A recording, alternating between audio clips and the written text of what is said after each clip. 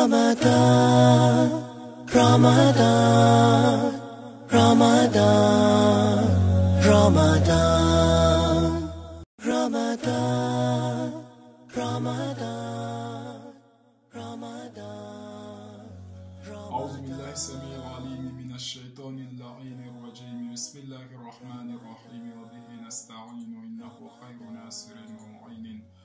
رب اشرح لي صدري ويسر لي أمري واحلل عقدة من لساني يفقه قولي. اللهم صل على محمد وآل محمد وعجل فرجهم. Au nom d'Allah le clément, le tout miséricordieux. Que la grâce, la paix, le salut d'Allah soit sur le noble prophète, sa sainte famille et ses fidèles compagnons jusqu'au jour de la résurrection.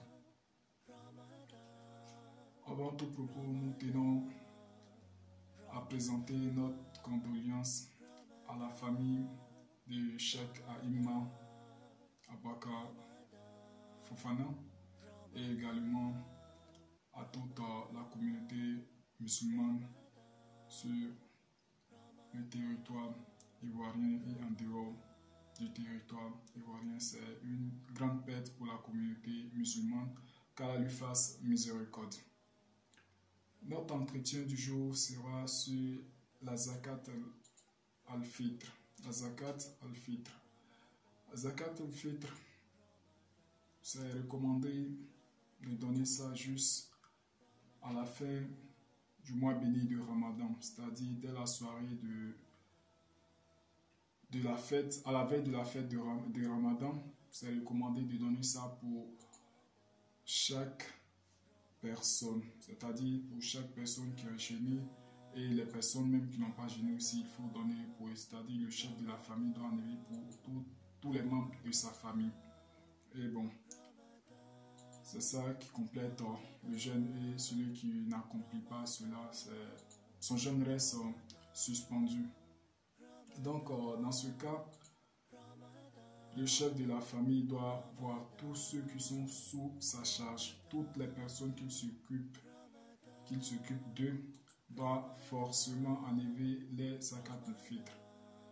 Même s'il a des enfants qui s'occupent d'eux, mais ils ne vivent pas ensemble, peut-être ses enfants sont à l'étranger, mais c'est lui qui s'occupe de ses enfants, il doit enlever pour ses enfants, quel que soit leur âge, sauf si ses enfants ne sont plus sous sa responsabilité, il ne s'occupe plus d'eux. Une fois qu'il s'occupe d'eux, il doit forcément enlever les zakat al-fitr. Et également aussi pour celui qui a une servante à la maison et qui c'est lui qui nourrit sa servante, il est obligé aussi d'enlever zakat al-fitr de sa servante. Et pour ça aussi, c'est à la veille de la fête, c'est-à-dire à partir de la soirée de la fête jusqu'avant la prière de la fête de Ramadan, il faut enlever cela. Donc la quantité c'est 3 kilos. Maintenant 3 kilos de la nourriture qui est consommée le plus dans le pays. Donc ça peut être le riz, ça peut être le maïs, ça peut être de la banane, ça peut être du manioc. Donc c'est 3 kilos de la nourriture qu'on consomme plus qu'il faut donner pour chaque personne. Pour une personne, il faut forcément 3 kilos. Et c'est possible aussi de donner l'équivalent en espèces. Donc, supposons dans un pays où ils consomment plus le riz, donc pour chaque membre de la famille, c'est 3 kilos qu'il faut donner. Donc maintenant, on peut aussi voir les 3 kilos de riz vont faire combien. La somme qui va coûter pour les 3 kilos de riz, donc c'est ce qu'il faut donner comme zakat al-fitr pour chaque personne.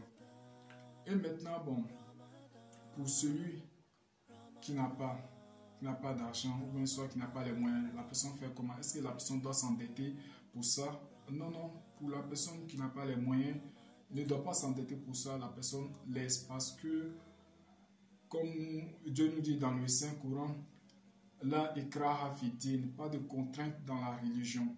Voilà, donc celui qui ne possède pas, il ne peut pas donner. Donc le pauvre, ou bien celui qui n'a pas les moyens, il ne doit pas donner, il laisse.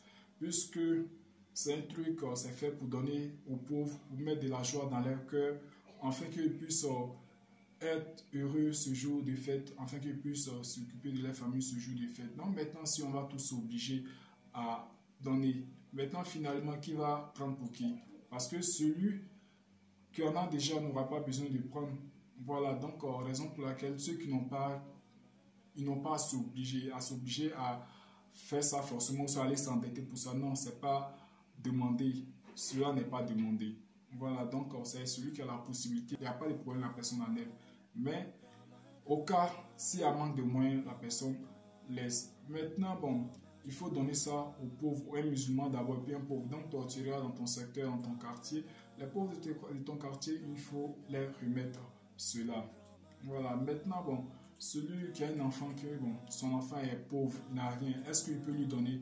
Non, non, il ne peut pas donner à son enfant, puisque son enfant fait partie des personnes qui doivent obligatoirement prendre soin de lui. Il doit forcément nourrir son enfant. Donc, même si son enfant est pauvre, il ne doit pas lui donner cela.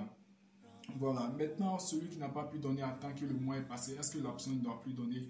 Également, bien sûr que la personne doit donner, même si le temps est déjà passé, il faut donner. Si ça trouve que la personne a vraiment les moyens. Au cas si la personne n'a pas les moyens aussi, là, il n'y a pas de problème. La personne laisse et bon, son jeûne sera valable et il n'y a pas de problème pour cela. Face à Allah de nous, des musulmans pieux et sincères, qu'Allah nous donne la bonne compréhension. Bonne fête de Ramadan à toutes et à tous. Wassalamu alaikum wa rahmatullahi wa barakatuh.